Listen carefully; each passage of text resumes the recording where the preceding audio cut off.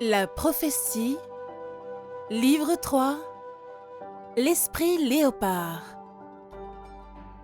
Un livre autobiographique de Declan Rigne. Avec les voix de Claudine Abdelkader et d'Alexandre Michalak. Avertissement. Certaines scènes érotiques explicites se trouvent dans cette œuvre. L'écoute en est donc réservée à un public averti. N'hésitez pas à liker et à vous abonner pour être notifié de la suite. Maintenant, place à l'histoire. Chapitre 2, Snake Dance. La table est mise et je viens de cuire le dernier pancake. Voyons, les œufs sont prêts, plus qu'à les brouiller. Pour le bacon, j'attendrai juste avant de servir. Nathalie dort encore. Elle va sans nul doute m'arracher les yeux pour ne pas l'avoir réveillée. Elle déteste être en retard et je sais qu'elle a une sainte horreur de devoir courir pour être à l'heure. Je viens d'appeler les deux Valois pour leur dire de ne pas se presser. Une demi-heure de plus ou de moins sur son planning ne changera pas la journée de Nat, mais compensera l'heure tardive à laquelle nous avons éteint la lumière. C'est sûr, elle ne va pas du tout aimer que je décide pour elle, et il serait peut-être temps que j'aille la réveiller. Alors que le jour se lève, j'entre à pas de loup dans la chambre, que les lourds rideaux des baies maintiennent encore dans la pénombre, et je m'agenouille sur le tapis, mon visage à quelques centimètres du sien. Un filet de salive brille à la commissure de ses lèvres.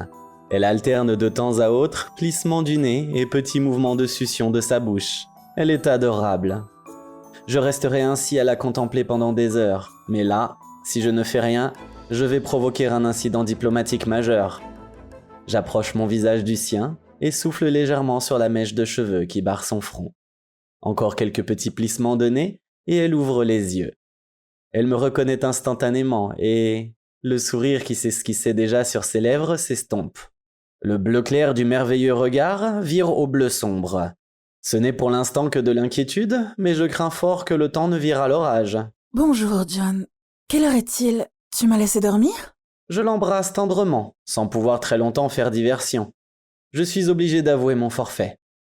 Bonjour Nat, tu ne seras pas en retard. Tout le monde est prévenu. J'ai seulement amputé ton planning d'une demi-heure. Bertrand m'a dit de ne pas m'inquiéter, que ça ne posait aucun problème, et que tes relevés seront faits avant que le soleil ne vous ait complètement grillé. De crainte qu'elle ne me saute à la gorge avant que je n'ai eu le temps de me justifier, j'ai débité mon discours d'une seule traite. Sa réaction me surprend. Les seins en bataille, elle s'assied en tailleur sur le lit et me demande avec un calme olympien. Est-ce que tu aurais aimé que je m'occupe de ton travail et dispose de tes collaborateurs? Non. Ok, je te remercie de ta franchise. Donc, s'il te plaît, ne recommence jamais ça. Seulement, comme je sais que tu n'as pas eu le courage de me réveiller parce que tu ne résistes pas au plaisir de me regarder dormir, je te pardonne. Mais à une condition. Ouf, elle ne m'a pas mangé tout cru. Oui, laquelle? Que tu me dises ce qui te fascine à ce point quand je dors. Tes petites grimaces. Mes petites grimaces? Oui, on dirait un lapin qui mange une carotte.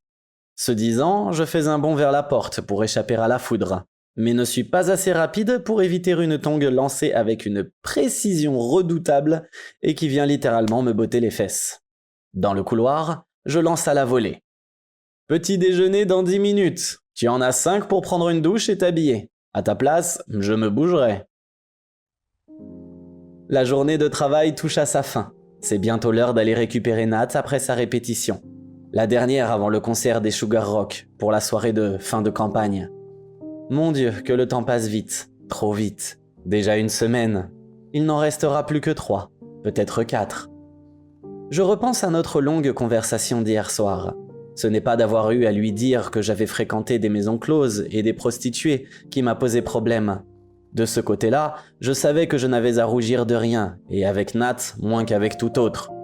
J'avais seulement très peur qu'apprendre ce que j'avais fait pendant la guerre, dans cette grotte, la dégoûte tellement qu'elle ne puisse plus supporter de seulement me regarder en face. Je n'avais rien à craindre de la sorte. Lorsque j'ai arrêté de parler, elle est restée silencieuse à me regarder intensément. Toute la tristesse du monde peinte sur son visage. Jesus Lord, comment as-tu pu survivre à tant d'horreurs et surmonter ensuite la désolation de ton mariage? La réponse, tu la connais déjà. Grâce à l'amitié et à la tendresse de Chiara et de ses professionnels qui, comme elle, estiment que leur travail est d'apporter un peu de réconfort aux hommes à l'âme brisée, lorsqu'elles en croisent un. Parce que, quoi qu'en puissent en penser certains, c'est bien de compassion et de tendresse qu'il s'agit. Le sexe n'a été que le point d'orgue aux longues heures d'écoute et de caresses, sans lesquelles ma virilité serait sans doute encore totalement nouée. Ces femmes ont su m'aimer à leur manière. Je n'ai pas su aimer la mienne. En tout cas, pas suffisamment pour la délivrer de la sclérose de 2 millénaires de catéchèse chrétienne. Peut-être en outre n'étais-je pas tout à fait guéri, et le reste du trou noir qui subsistait en moi l'a-t-il effrayé au point d'aggraver son blocage? Nat m'a regardé en fronçant les sourcils. John, arrête de te flageller. Tu n'es en rien responsable des blocages de ta femme. Je sais quel amant merveilleux tu es. Tu ne le dois qu'à ta force, ta douceur et ta tendresse, à tout l'amour que tu portes en toi, et aussi grâce à Chiara et à ses sœurs. Tout comme la mère de tes enfants, je ne suis pas une putain, et le fait que j'aime le sexe n'en fait pas une de moi. Pas plus que de toi un pervers. Quoi qu'il en soit, je remercie ces femmes de t'avoir arraché à tes démons et d'avoir pris soin de toi pendant ces années d'horreur. Et puis son expression a graduellement changé. Elle est devenue rêveuse, comme si elle se souvenait de quelque chose. Un petit sourire, un éclat dans ses yeux. Tu sais, nous ne sommes pas si différents. Je l'ai déjà évoqué, ce sont aussi des professionnels qui m'ont sorti de la dépression dans laquelle m'avaient plongé 2 ans de mariage destructeur. Je te raconterai ça demain soir. Là, il faut que nous dormions, si nous voulons pouvoir nous lever demain matin. 18h, je referme le dossier de douane sur lequel je travaillais et le range soigneusement dans le tiroir du bureau. Ce soir, nous dînons chez les Vagno avec les Astier et les De Valois. Ce sera simple et bref, car la nuit suivante sera longue. Je range encore quelques bricoles avant de me décider à quitter le bureau. Inutile de me presser. La dernière répétition risque de durer plus que d'habitude. J'avais raison de ne pas me bousculer. Tous les véhicules sont encore là, garés devant le petit bâtiment d'où s'échappent notes de guitare et roulements de batterie. Je m'assieds sur le pare-buffle du Patrol et profite du magnifique coucher de soleil. Chaque minute, l'astre du jour devient de plus en plus rouge et descend à une vitesse incroyable pour disparaître derrière l'horizon. Il n'a pas fallu un quart d'heure pour que la nuit soit là. Seule une infime lueur subsiste encore, où, tout à l'heure, resplendissait le disque d'or. Malgré l'obscurité qui s'étend, la chaleur est encore bien présente, mais il ne faudra pas 2 heures avant que la fraîcheur ne s'installe. Sur un dernier accord, la musique s'arrête, puis une à une, les lumières s'éteignent et la porte s'ouvre, libérant une joyeuse bande qui se congratule. Rien qu'à les voir, on sait qu'ils sont prêts pour le concert de demain soir. Astier m'aperçoit. « Vous auriez dû rentrer !» Je ne voulais pas vous déranger, et puis je préfère avoir la surprise pour demain. Nat s'avance vers moi, les yeux illuminés par le plaisir d'avoir joué pendant 2 heures. Elle est tellement contente qu'à un moment, je crains qu'oubliant toute prudence et toute retenue, elle ne vienne m'embrasser. C'est sans doute ce qu'elle allait faire, et elle stoppe son élan juste à temps pour ne pas tomber dans mes bras. J'espère seulement que personne ne s'est rendu compte de ce qui vient de se passer. La pénombre nous a sans doute permis d'éviter une situation embarrassante. L'heure qui suit nous retrouve tous attablés chez Vagno. L'ambiance est à la fête, et tout le dîner, la conversation va tourner autour des derniers ajustements du programme et de la tenue de chacun. Le concert est prévu pour durer 1h30 avec 14 titres, panachage de rock, blues et country, dont 2 titres de la composition de Nat. Un petit livret explicatif, avec les paroles des chansons sous-titrées, sera remis à chaque convive. Madame Vagno a déjà tout tapé sur l'IBM du secrétariat de son mari, et le stencil pourra être tiré dès demain matin. Lorsque tout le monde se sépare vers 22h, les estomacs sont pleins et les cœurs en fête. J'ai failli oublier de le faire ce matin. Je m'applique donc à mettre la pagaille dans ma chambre et, pour reprendre l'expression de Nathalie, à dévaster le lit. Cette tâche accomplie, je la rejoins dans la grande chambre. Elle est déjà au lit, adossée aux oreillers, en tenue d'Ève. Une Ève pudiquement drapée dans les grands draps. Je ne crois pas qu'elle m'ait vu ni entendu entrer, tant elle est absorbée dans ce qui ressemble à une intense réflexion. Je me glisse près d'elle. Encore dans le programme du concert? Elle sursaute presque. Non, je pensais à notre conversation d'hier soir. Et C'est à propos de la façon dont nous avons surmonté nos traumatismes respectifs. Je trouve étrange que nous ayons aussi cela en commun. j'avoue appréhender ce qui va suivre, et cela doit se noter sur mon visage. Nathalie s'est ressaisie. Elle me prend les mains. Oui, pardon. Il se trouve qu'à des époques différentes de nos vies, nous avons tous les deux été brisés. Toi par la guerre, moi par un pervers narcissique. Je trouve surprenant que pour l'un comme pour l'autre, ce soit des professionnels du sexe qui nous aient permis de reprendre pied. Je savais que son mari, le père de Peter, était un triste sire, mais j'ignorais qu'il était un pervers narcissique et que Nathalie en avait à ce point souffert. J'ignorais encore davantage qu'elle avait eu recours à des étreintes tarifées. J'ai du mal à comprendre pourquoi et comment une telle chose a été possible. Lorsque je lui en fais la remarque, elle a un pauvre sourire. Tout comme j'ignorais jusqu'à hier ce que tu avais vécu pendant la guerre d'Algérie, et bien que ce ne soit en rien comparable, cela a été une grande douleur pour toi comme pour moi. La seule vraie différence, c'est qu'en ce qui me concerne, les faits sont beaucoup plus récents. Je la dévisage, caresse ses cheveux, sa joue. Je savais que ton mariage n'avait pas été une sinécure, et que le père de Peter s'était montré odieux. Mais de là à soupçonner que tu avais été la victime d'un pervers, non. Quand on te regarde, ce n'est même pas imaginable. C'est pourtant ce qui s'est passé. Ce malade a bien failli me démolir, et il m'est encore difficile d'admettre que j'ai pu être la loque sur laquelle il s'est essuyé les pieds pendant 2 ans. Tout comme toi, j'ai réussi à réparer ma fracture, mais j'ai encore du mal à en parler spontanément. Elle se blottit dans mes bras.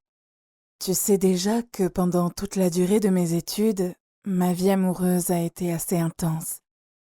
Je dis vie amoureuse, je devrais plutôt parler de vie sexuelle parce que durant toutes ces années, je n'ai vraiment été amoureuse que des maths et de la physique.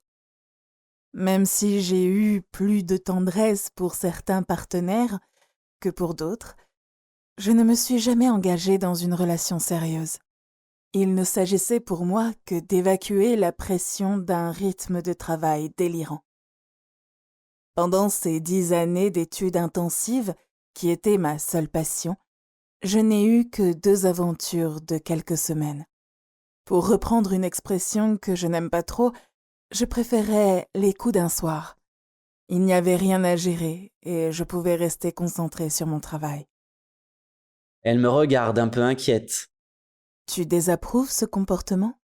Je lui prends le menton entre le pouce et l'index, geste qui m'est familier et qui, je ne sais trop pourquoi, a le pouvoir de l'apaiser. Non, je te l'ai déjà dit. De quel droit pourrais-je désapprouver? Pourquoi ce qui est admis pour un étudiant ne le serait-il pas pour une étudiante? Et à moins qu'ils ne soient tous homosexuels, il leur faut bien une partenaire. Je pense comme toi que s'engager dans une relation suivie, alors que l'on est entièrement accaparé par ses études, doit être en effet très compliqué à gérer. Je crois d'ailleurs que ce n'est pas tant de tomber amoureux qui doit poser problème, mais bien un chagrin d'amour en plein milieu d'une année scolaire. Elle rit, Tu as tout compris. puis devant la perplexité qui doit transparaître dans mon expression, Enfin, manifestement pas tout, mais je crois qu'il faut commencer par le commencement. J'ai rencontré le père de Peter tout juste après l'obtention de mon dernier diplôme, dont j'étais très heureuse et très fière, mais je sortais de cette dernière année d'études complètement épuisée. J'avais plus que besoin de vacances. Les parents d'une camarade de promo lui avaient laissé pour une semaine leur petite maison d'Hampton. Très confortable, mais bien modeste en comparaison des villas de milliardaires au milieu desquelles elle faisait figure de cabane de pêcheurs. Nous étions installés depuis 2 jours lorsqu'elle a été invitée à une soirée par des voisins et je l'y ai accompagnée. C'est là que j'ai fait la connaissance de celui avec lequel j'allais me marier 6 mois plus tard. Très bel homme avec un réel charisme, il était de ces personnes brillantes que l'on remarque instantanément. J'aurais mieux fait de me casser une jambe plutôt que d'aller à cette soirée, mais il n'y aurait pas eu Peter, et ça, je ne peux même pas l'imaginer. Bref, après ces 10 années en solitaire, je n'étais peut-être pas en manque de sexe, mais sûrement en manque d'amour, et je me suis laissée séduire par cet homme de 10 ans mon aîné, si convoité que les femmes se seraient arraché les yeux pour 1 heure dans ses bras. Je ne me suis même pas demandé s'il y avait une raison à son célibat à 38 ans. 1 semaine après, j'étais dans son lit, persuadée d'avoir trouvé le prince charmant. Son appartement de New York était somptueux et les bureaux du cabinet d'avocat dont il était l'associé majoritaire, vraiment impressionnants. Ce que j'ignorais, c'est que tout cela n'était que du vent. Enfin, pas tout à fait. Tout cela était bien réel, mais sa fortune lui venait de l'héritage de parents fabuleusement riches, tout comme il devait son titre de senior associé à la part majoritaire du capital qu'il détenait dans le cabinet fondé par son père. Pour faire court, il était tout le contraire de ce qu'il donnait à croire, et la seule chose qui l'intéressait en moi était mes 2 doctorats. Une aubaine pour satisfaire sa boulimie de paraître. C'était en fait quelqu'un de médiocre, n'ayant jamais rien accompli par lui-même, un parasite se nourrissant de la substance des autres, incapable d'aimer quiconque, à part lui. C'était un abîme narcissique dans lequel j'ai été aspirée sans même m'en rendre compte. Elle reprend son souffle et ses esprits. Je peux comprendre que replonger dans un tel cloaque la déstabilise. Nat, on peut s'arrêter là si c'est trop pénible pour toi. Froncement de sourcils, elle secoue la tête. Ses cheveux d'or sont comme une flamme. Ah non, sûrement pas. Ce serait dire qu'il me tient encore, qu'il a gagné. Attends-moi, on va arroser les cendres de ce salopard. D'un geste vif, elle repousse les draps et bondit du lit, complètement nue, pour disparaître en direction du séjour. J'ai à peine le temps d'entrevoir mes fossettes préférées. Je n'ai guère à attendre pour la voir revenir, toujours aussi nue, tenant 2 verres d'une main et une bouteille de l'autre. Elle est majestueuse, comme si elle tenait sceptre et globe du pouvoir. La naissance de Vénus, de Botticelli. Sauf que ses cheveux ne sont tout de même pas assez longs pour dissimuler son duvet d'or. Elle monte à genoux sur le lit, me tend un verre et d'un geste qui me laisse bouche bée, prenant le bouchon entre les dents, ouvre la bouteille d'une savante torsion du poignet. À croire que Vénus a fait ses études dans un saloon du Texas. Sans proférer un mot, tellement ma stupeur est grande, j'avance mon verre qu'elle remplit au tiers d'un alcool doré et parfumé. Elle se sert dans les mêmes proportions, pose la bouteille sur son chevet, la rebouche et tend son verre pour trinquer. À Peter, à nous et aux cendres d'un sinistre personnage qui s'est consumé à vouloir brûler les autres. Nous trinquons. Une gorgée. Je n'en crois pas mes papilles. Mais qu'est-ce que c'est? Une vraie merveille? C'est un whisky irlandais, un Redbreast. Hors d'âge. Le meilleur whisky du monde. Normal, c'est de l'irlandais. Je bois une autre gorgée. C'est encore meilleur. Mais comment diable as-tu fait pour trouver une bouteille comme celle-là, au fin fond du Tchad? 2e lampée et petit air de conspiratrice. 6. Quoi? Comment 6? Pas une, mais 6 bouteilles. Je dois sans doute avoir l'air le plus bête qu'il me soit possible de prendre. 6 bouteilles? Mais j'en suis certain, pas un homme sur cette planète n'a vu si beau sourire. Ne cherche pas. Zoro me les a apportés tout à l'heure et je lui ai demandé de passer les déposer discrètement après en avoir pris une pour lui. Je t'explique. Dès le lendemain du soir où j'ai été recrutée par les Sugar Rock, j'ai demandé à Zoro, qui partait pour N'Djamena, de passer un message radio à l'ambassade des États-Unis dès son décollage. Je lui ai donné la fréquence et un code d'identification et dans le quart d'heure qui suivait, une assistante à Paris passait la commande. Le lendemain, la caisse était sur le vol UTA dans la valise diplomatique. Zoro l'a eue sur le tarmac de N'Djamena avant son décollage. Tu vois, il n'y a aucune magie là-dessous. Juste des messages radio, des gens efficaces et des avions. Je n'ai toujours pas dit un mot, les yeux écarquillés. Je reprends vite une gorgée de ce nectar irlandais. Chapeau pour la logistique US, vraiment impressionnante. Ses yeux se font câlins. Seule la logistique est impressionnante. Je sais combien elle aime jouer avec les mots. Voudrais-tu que je te fasse part de mes impressions? Elle rit. Gardons le meilleur pour la fin. Mais avant, je voudrais que tu goûtes mes cerises à l'eau-de-vie. Ne me dis pas que tu en as aussi fait venir une caisse. Elle pouffe et a du mal à garder son sérieux. Oh non, elles étaient déjà là. Elle trempe son doigt dans le whisky et en humecte chacun de ses seins en prenant bien garde de ne pas en mettre sur les mamelons. Cela fait, elle pose son verre, prend ses seins à pleine main et me l'étend pour une dégustation impromptue. Je n'ai jamais goûté meilleure cerise. Elle commence à gémir, se reprend. Stop. Reprends plutôt ton verre. Je termine mon histoire et si tu as été sage, après les cerises, tu auras l'abricot. Parole magique, je redeviens tout à coup très attentif. Tu en étais à te demander comment, avec le caractère que j'ai, j'avais bien pu me laisser manipuler et démolir par cet homme. Elle se concentre. Sur le plan sexuel, mes 10 années d'université avaient été suffisamment remplies pour maintenir un équilibre avec le stress des études. Mais niveau amour, j'étais une terre aride sur laquelle aucune averse n'était jamais tombée.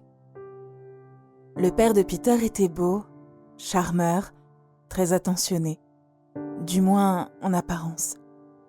J'avais tellement besoin d'amour qu'il n'a eu aucun mal à me persuader que j'étais la femme de sa vie. J'en étais certaine. Il m'avait attendue. Il m'a très vite convaincue de l'épouser et nos fiançailles furent un vrai conte de fées. Il me présentait partout, était en admiration devant moi, allant même jusqu'à me prédire un prix Nobel. J'étais parfois un peu gênée de ces démonstrations excessives, mais tellement heureuse d'être aimée que je ne voyais même pas les signaux d'alarme qui s'allumaient de temps à autre, comme les regards de certains qui, le connaissant bien, savaient que la phase séduction n'allait pas durer, mais ne pouvaient rien dire. De toute façon, j'étais tellement fascinée que je n'aurais cru personne. Il y avait aussi la façon qu'il avait de m'interrompre lorsque, rencontrant quelques industriels de ses relations, ces derniers s'intéressaient d'un peu trop près à mes connaissances scientifiques, ce qui l'excluait de facto de la conversation. Monsieur ne supportait pas d'être éclipsé et je n'avais pas encore compris que ma seule fonction était de le mettre en valeur. Bien sûr, on peut se demander pourquoi un homme si beau, si riche et associé senior dans un prestigieux cabinet d'avocats peut encore ressentir le besoin d'être mis en valeur. Tout simplement parce que ce genre de personne a développé dès l'enfance une faille narcissique due, en ce qui le concerne, à un père tyrannique et méprisant. Il ne peut exister qu'en essayant de combler cette faille, et la seule façon dont il peut le faire, c'est d'accaparer les mérites du conjoint, en l'occurrence de la conjointe, qu'il n'a de cesse de rabaisser dans le huis clos conjugal. Je veux dire que tant qu'il n'y a pas de vie commune, pas grand-chose ne se passe. C'est la phase que j'appellerais anesthésie de la proie, la danse du serpent, pendant laquelle j'ai été la plus belle, la plus magnifique, la plus intelligente des femmes, avec une mention spéciale pour mes dons hors normes sous les draps. Puis, après que la proie a été ferrée, donc après le mariage, et mon installation dans son somptueux appartement, est venue la phase de culpabilisation. Je sais, c'est plutôt tordu comme personnalité, mais ça l'est d'autant plus que tu ne vois rien venir et qu'ensuite, tu te retrouves enseveli sous des tonnes de culpabilité. Ça prend d'autant mieux que les premières manifestations ne sont qu'un imperceptible changement d'attitude. Tout d'abord, monsieur est devenu triste. Ensuite sont venus les petits reproches à demi-mot, comme pour s'excuser. Tu ne te maquilles plus aussi bien qu'avant. Pourquoi t'obstiner à vouloir mettre cette robe? Je trouve qu'elle te boudine un peu. Tu devrais faire attention lorsque tu parles d'astrophysique. Bien sûr, moi ça me passionne, mais la majorité de mes amis trouvent ça assommant, etc., etc. Je sais que tu vas t'étonner qu'avec mon caractère, je ne lui ai pas volé dans les plumes à la première remarque désobligeante. C'est tout simple. La Nathalie d'aujourd'hui porte une cuirasse et je ne l'enlève que lorsque je suis avec toi. Il ne faut pas oublier qu'à cette époque, je sortais tout juste de l'université sans aucune expérience de la vie réelle, et puis ces remarques étaient faites avec tant de gentillesse et même de tendresse que j'étais persuadée qu'elles étaient les conseils d'un homme d'expérience qui m'aimait très fort. Mon ami Peggy, dont je te parlerai plus tard et à qui j'avais dit qu'il était diabolique, m'avait répondu que c'était le processus qui était diabolique, pas l'individu. Ce processus qui conduisait un parent à démolir la confiance en soi et la personnalité de son enfant, comme il a lui-même été rabaissé et humilié par ses propres parents. Rien n'est raisonné dans ce comportement. Tout fonctionne à l'instinct, au réflexe. Ceux qui connaissent mon histoire, et ils sont peu nombreux, se demandent parfois comment je n'ai pas sombré dans la folie. Seulement être victime d'un tel prédateur pendant 2 ans laisse des traces, et si la plaie est refermée, la cicatrice est bel et bien là. C'est ce qui explique en grande partie mon année d'abstinence après mon installation à Paris. Le fait qu'ensuite je me sois inscrite à l'Institut de Tantra, ma fréquentation assidue du Saphir et pour finir, mes petites annonces dans l'Obs. Le but étant de ne pas m'attacher pour risquer une fois de plus de tomber entre les griffes d'un détraqué. Je n'y aurais pas survécu et pour Peter, je ne pouvais pas prendre ce risque. Et puis, nous nous sommes rencontrés et là, j'ai su tout de suite que je t'aimais, que tu étais l'homme à qui je pouvais tout donner sans avoir rien à craindre. Tu étais moi, mon âme sœur. Mais mon bonheur d'aujourd'hui, je le dois en grande partie à Peggy. Sans elle, je ne serais sans doute pas là, près de toi. C'était à l'époque ma seule véritable amie à New York. Elle s'est très vite rendue compte de ce qui se passait. Sans sa patience et sa fermeté, je serais encore sous l'emprise de ce manipulateur, et même sans doute déjà morte. J'avoue qu'à un moment, j'ai pensé au suicide. À cette évocation, son masque d'impassibilité craque. Je la serre contre moi et l'embrasse tendrement partout sur son visage, à petits baisers très doux. Ce n'est pas de la pitié, c'est de la compassion. Elle prend mon visage dans ses mains et plonge ses yeux au fond des miens. Je crois qu'en opposition au mal absolu existe le bien absolu, et qu'ils sont les deux faces d'une même médaille. L'un ne peut exister sans l'autre. Un être aussi merveilleux que toi ne serait pas là si, à l'opposé, un pervers maléfique n'existait pas. Mais il faut que tu connaisses la suite. C'est à mon 4e mois de grossesse que son comportement a nettement empiré. Ce n'étaient plus les petites remarques anodines, carrément des réflexions blessantes du genre « Non mais tu t'es regardée ? On dirait une bonbonne et en plus mal coiffée. » Ou « C'était bien la peine de t'offrir un parfum, tu sais, les douches ça existe. Et avant ta grossesse tu te laissais déjà aller ? Mais là ça dépasse tout ce que j'aurais pu imaginer. » Je te fais grâce des chapelets d'insanité qui n'avaient d'autre but que de me détruire, alors que la phase de culpabilisation avait été menée de main de maître. Je ne pouvais même plus me défendre. J'étais persuadée que ces reproches étaient justifiés, et j'en étais doublement malheureuse. Je me sentais dévalorisée, j'avais perdu toute estime de moi, et je culpabilisais de rendre mon mari malheureux, ce qu'il ne manquait pas de me reprocher chaque jour.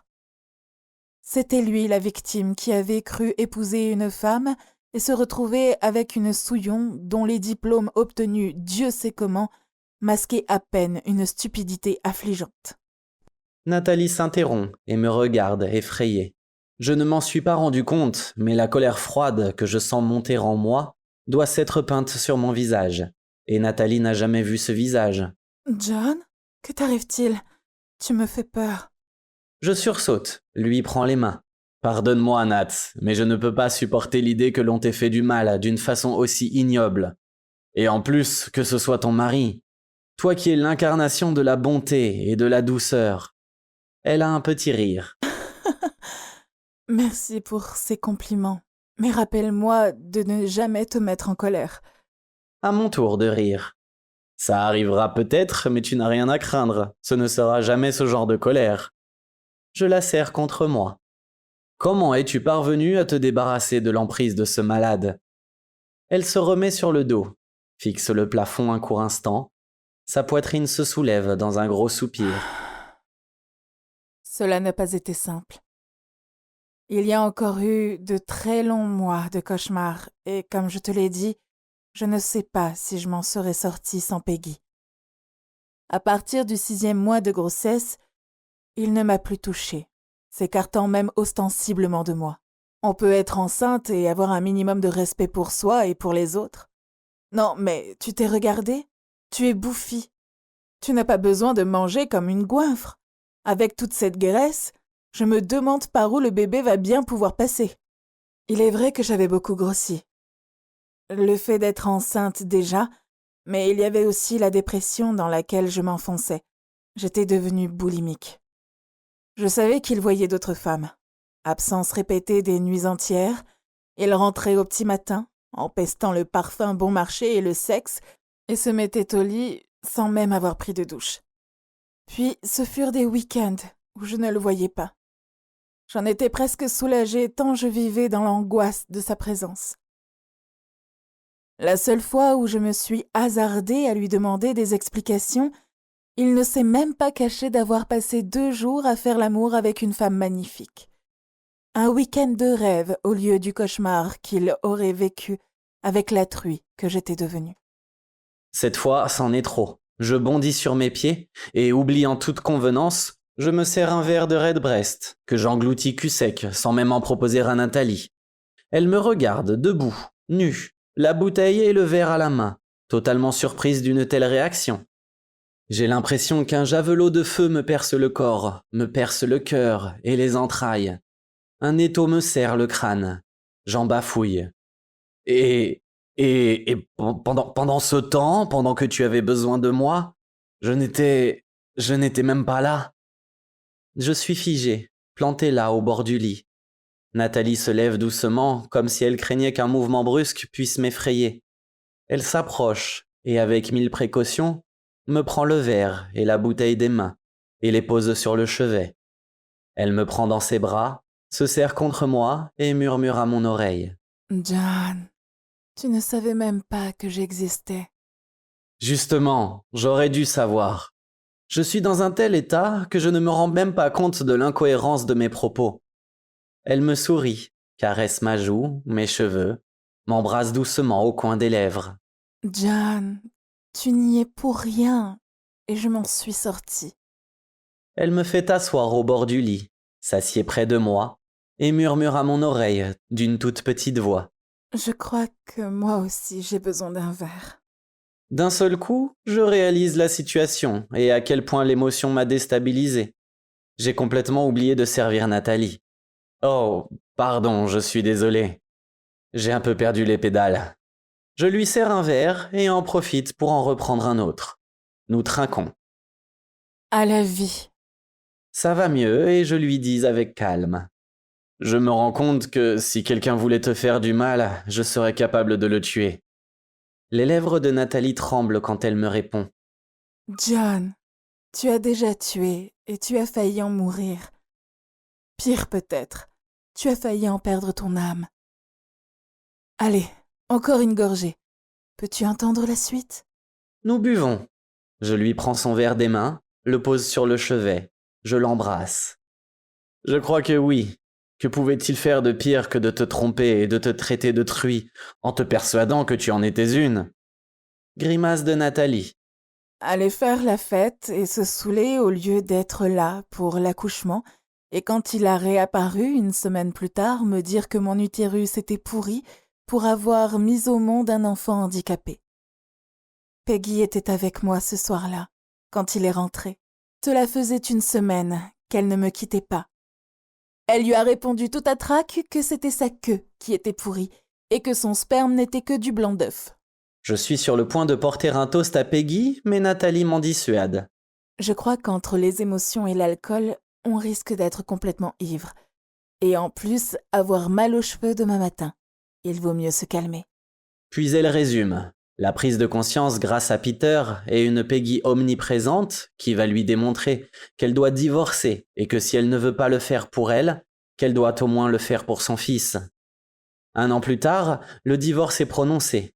Et là, complètement ahuri, celui qui se prétendait l'as du barreau new-yorkais découvre que la séparation de biens qu'il a exigée se retourne contre lui. Il n'avait vu en Nathalie qu'une intellectuelle désargentée. Elle est l'héritière d'un domaine viticole de la Napa Valley, et bien plus riche qu'il ne le sera jamais. À la sortie du tribunal, Peggy ne résistera pas au plaisir de lui décocher une dernière flèche. Il n'y a pas que votre queue qui est pourrie. C'est encore pire côté cerveau. Bravo l'avocat d'affaires, même pas foutu de rédiger correctement son propre acte de mariage et encore moins de préparer son divorce. Cette négligence va lui coûter un maximum. Outre la pension alimentaire à laquelle il est condamné, pour subvenir à l'éducation de son fils handicapé, il se voit infliger au civil une très lourde indemnité pour mauvais traitement et adultère multiples. Peggy a réuni une bonne demi-douzaine de témoins, dont les dépositions lui seront fatales. Il n'échappera au pénal pour harcèlement qu'en acceptant une transaction de 2 millions de dollars. Le scandale est immense, il ne s'en remettra pas. Banni de la jet-set, qui était son monde, écarté du cabinet d'avocats, il va traîner une existence oisive, vivant des restes de son énorme héritage, qu'il n'arrive tout de même pas à boire dans les bars qu'il fréquente chaque nuit. Nathalie rajoute. À ma connaissance, il en est à sa 2e cure de désintoxication. Alcool et cocaïne cumulés. Je ne peux m'empêcher d'être mesquin. S'il avait la bonne idée de faire une overdose, le monde serait débarrassé d'un pervers, et Peter hériterait de ce qu'il n'a pas encore bu. Nathalie met un doigt sur mes lèvres, comme pour m'empêcher d'en dire davantage. Non, sa plus grande punition est de vivre avec l'image que lui renvoie son miroir, celle d'un minable.